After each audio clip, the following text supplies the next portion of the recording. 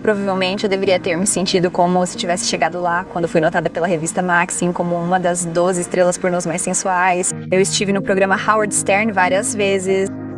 Ganhei diferentes prêmios na indústria. Eu podia ganhar de US 30 de US 150 mil dólares por mês, dependendo se eu estava como acompanhante ou apenas filmando pornografia. Lembro-me de que em um ponto da minha carreira tinha centenas de milhares de pessoas me seguindo no Twitter e eu pensava, sabe, não estou com vontade de sair da cama hoje. Vocês podem me encorajar? E todas essas pessoas me elogiavam. E eu me sentia mais vazia por dentro. Conquistei tudo o que esperava alcançar naquela indústria e ainda não era o suficiente. Meu nome é Brittany Delore e cresci em San Diego, Califórnia. Eu não era uma pessoa de convicções. E acho que isso veio de ter uma mãe muito controladora, né? Tipo, ela tomava todas as decisões por mim. Meu pai e eu tivemos um relacionamento muito bom quando éramos crianças. Ele era como o pai divertido. Nós queríamos ir ao parque quase todos os dias depois da escola, quando ele nos buscava. Mas eu cresci em uma casa verbalmente, emocionalmente e às vezes fisicamente abusiva. E às vezes crescer foi muito difícil, foi muito duro. Eu me sentia rejeitada por aqueles que eu achava que deveriam me amar. Muito abuso verbal, você é uma perdedora, eu te odeio, você sabe, minha mãe. Então, quando fiz 18 anos, pensei, estou livre. Vou fazer tudo, qualquer coisa que me oferecerem. Claro, vou me embebedar. Eu só queria tentar tudo e qualquer coisa, porque finalmente senti que podia tomar minhas próprias decisões. Não eram decisões boas, mas eu senti que finalmente podia fazer o que queria, sem que alguém me dissesse, você não tem permissão para fazer isso. Uma noite fui parar no México com minhas amigas e elas me levaram para uma boate e me colocaram em uma fila onde havia outras mulheres e elas estavam enfileiradas nas escadas esperando para entrar no palco. Era um clube de striptease. Naquela noite meu coração estava partido porque eu fui traída pelo cara com quem perdi minha virgindade no ensino médio. E eu também tinha coragem. Então naquela noite tirei minha blusa e naquela noite recebi uma afirmação: "Você é linda, nós te amamos." E essas eram coisas que eu queria ouvir de casa. Então comecei a trabalhar em um clube que estava na faculdade. E uma noite alguns produtores chegaram e disseram, sabe, de novo eles estão me afirmando. Eles estão alimentando meus ouvidos, que é exatamente o que eu queria naquele momento da minha vida. E apenas me disseram, você é linda, você vai ser uma estrela. Nós fazemos filmes de romance. Se você estiver interessada, ligue pra nós. Pensei, nossa, se eu pudesse ser famosa como eles estão me prometendo, então, sabe, as pessoas vão me notar, então as pessoas vão me amar. Não, eles moravam em Los Angeles e eu tinha um compromisso em Los Angeles no dia seguinte. Então, liguei pra eles e fui até o set de filmagem da pornografia. Eles me arrumaram o cabelo e a maquiagem, tiraram minhas fotos e me mandaram com um agente. Conheci um agente naquele dia, ele me aceitou e fiquei lá por 7 anos. A fama foi definitivamente um grande atrativo pra mim, mas nunca houve um momento em que senti que tinha chegado lá. Acho que a mentira da fama é que se você tem uma certa quantidade de pessoas que sabem seu nome, isso vai preencher o vazio que há em seu coração, mas isso não poderia estar mais longe da verdade. Quando entrei na indústria adulta, eu já era uma pessoa muito quebrada, mas a indústria só amplificou isso. Comecei a lutar contra uma depressão profunda, ansiedade, transtorno bipolar. Essas são todas as coisas com as quais os psicólogos me diagnosticaram. A certa altura, comecei a ouvir vozes. Fui diagnosticada com esquizofrenia. Minha saúde mental estava horrível. Quase todos os dias pensava em acabar com minha vida por ter engolido muitos comprimidos. Ficava com muito medo e ligava pro 190 para me resgatar, mas tinha que beber carvão. Sim, minha vida era uma bagunça e minha saúde mental estava péssima. Muitas pessoas que eu conhecia e amava perderam a vida ao longo dos anos no entretenimento adulto. Alguns amigos, alguns dos quais realmente me atingiram nos últimos anos, como neste ano, em questão de um mês, 3 mulheres perderam a vida por overdose ou por suicídio. Uma delas acabou em coma. A primeira vez que senti que tinha chegado ao fundo do poço, eu estava usando heroína, estava me abstendo e não conseguia mais me controlar. Pensei, isso é brutal. Quando você está se abstendo de heroína, sente como se estivesse morrendo. Seu corpo inteiro dói. E pensei, se não procurar ajuda, vou tirar a minha vida.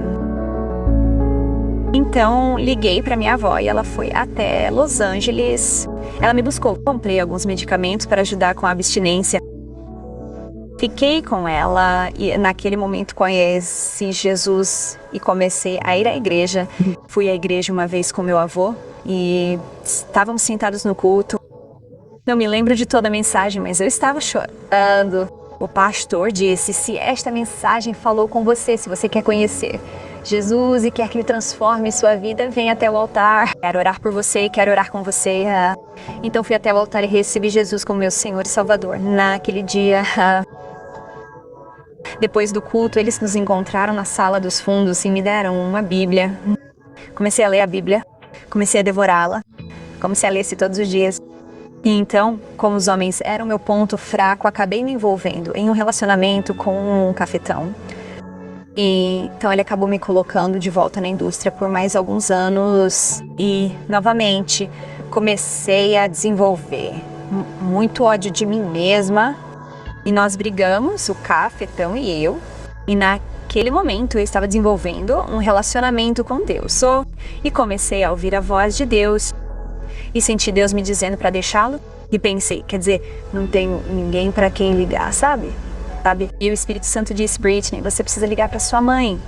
E naquele momento não tínhamos um bom relacionamento. E eu apenas disse, não vou ligar para ela. E o Espírito Santo disse, Britney, seja humilde e ligue para sua mãe. E foi o que fiz. E ela apareceu para me buscar em cerca de 20 minutos. E eu continuei lendo a Bíblia, fazendo orações. E quando eu fazia uma oração, eu via algum tipo de milagre acontecer, sabe? E era como, eu orei por isso e agora está acontecendo. E o Senhor estava me ensinando naqueles momentos que quando você ora, eu te ouço e você pode confiar em mim. Então, quando aquele grande momento chegou, quando eu briguei com o cafetão, foi como, ok, quando eu disser pra você ir embora, você vai confiar em mim, porque ao longo desses últimos anos, quando você fazia uma pequena oração aqui e ali, eu atendia.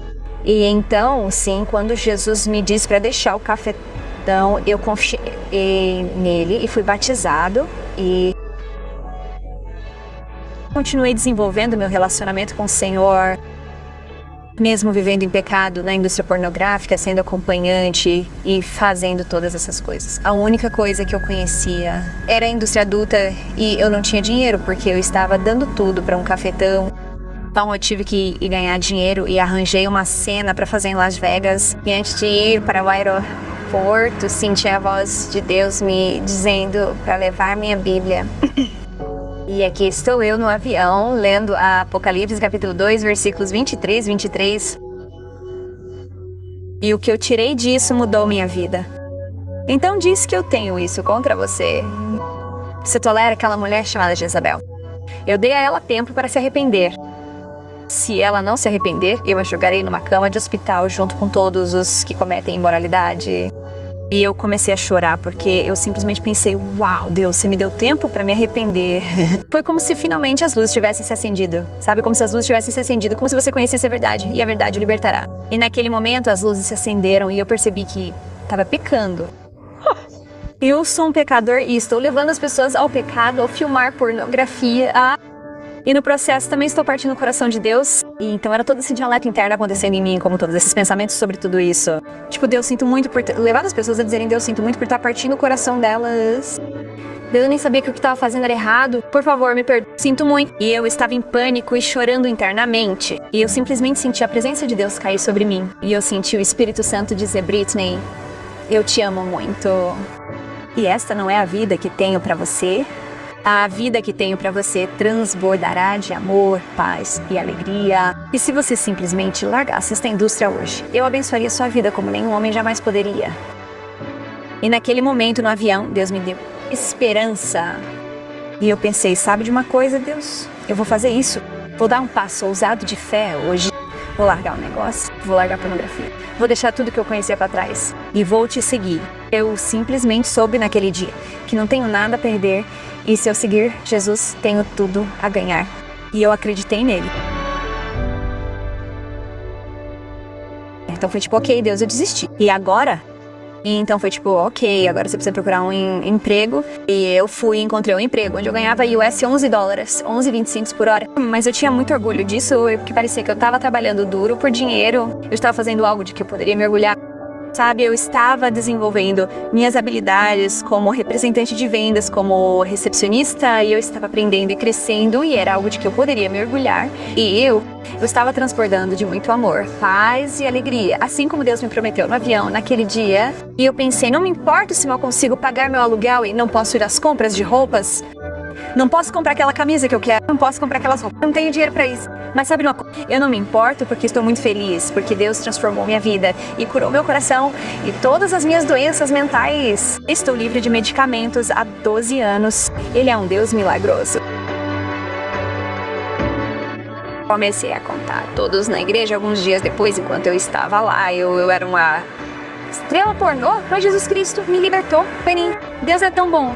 Eu era viciada em drogas, mas Deus me libertou. E comecei a contar minha história para quem quisesse ouvir. E eu não tinha vergonha, nem me importava, porque o peso da vergonha que estava me segurando tinha sido tirado de mim. É realmente um fardo viver com vergonha, porque quando você vive com vergonha, você tem que viver em mentiras. E foi esse lindo processo de cura pelo qual ele me ajudou.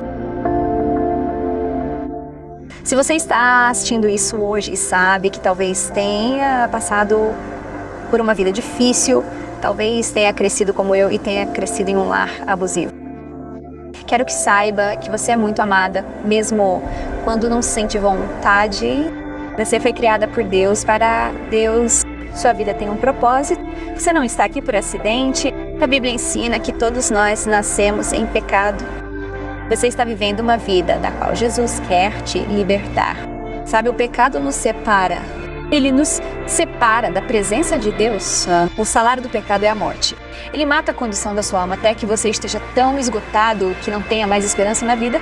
Mas o mais lindo é que Jesus Cristo morreu e morreu para tirar a pena dos nossos pecados. E que quando clamamos pelo seu nome, podemos ser salvos desses pecados. Seu coração literalmente começa a mudar enquanto você anda em um relacionamento com Jesus. Então, se você simplesmente pedir a Jesus aqui e agora, se você disser, Jesus, eu me arrependo dos meus pecados. Jesus, eu quero que você seja meu Senhor e Salvador. Ai, Ele entrará no seu coração, fará morada em você e começará a transformar sua vida, assim como fez com a minha. Sem vida fora dele, sua alma se esgota. Mas um relacionamento com Jesus é vivificante, é como uma fonte de vida que flui através de você. Deus me prometeu em um avião que Ele me daria uma vida que transbordaria de amor, paz e alegria. E essa promessa não é só para mim, essa promessa é para você também.